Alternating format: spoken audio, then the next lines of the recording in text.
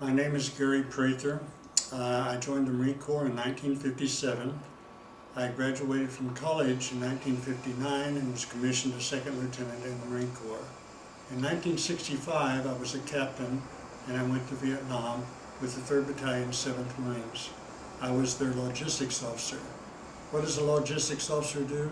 He doesn't go on patrols, but what he does do is he supplies all of the needs of all of the Marines in his battalion with all the things that he needs to go on patrols and do any other things that their commanding officers require of them. And that was my job for 4 months. That was in a combat zone in July and Queen Yan.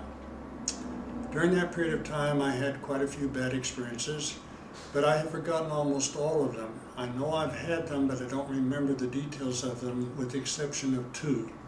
Two of them I remember in detail. One of them is when I had to pull a young man out of a dead tank, and when I got him halfway out, I realized that half of his head was missing. His skull had broken open. I'd never seen anything like that before. Another experience that I had was whenever we were supplying the outpost from our battalion.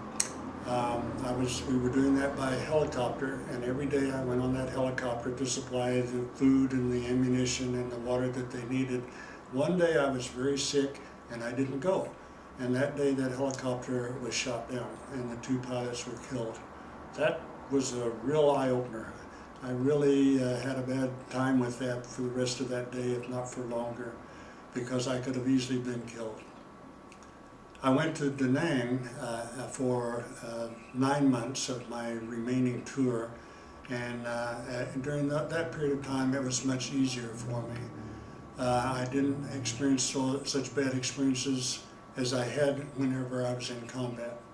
However, I got out of the Marine Corps in 1969. My wife and I divorced in 1971. I don't know if it was part of my experiences in the war or not, but it probably was partially. In 1974, I remarried my present wife, and we've been happy ever after for 37 years now. I taught school. During the time I was teaching school, I had some problems with my students because when I was in Da Nang, I was involved in a lot of refugees, and the refugee children especially had nothing. Certainly didn't have the ability to go to school. And whenever I was teaching school, I dealt with a lot of American children that I thought was very spoiled. They came up with all kinds of excuses for not doing their homework that I wasn't very tolerant of, because I could remember the times of that I had dealt with the refugee children in Vietnam, and they would have given anything to have gone to school.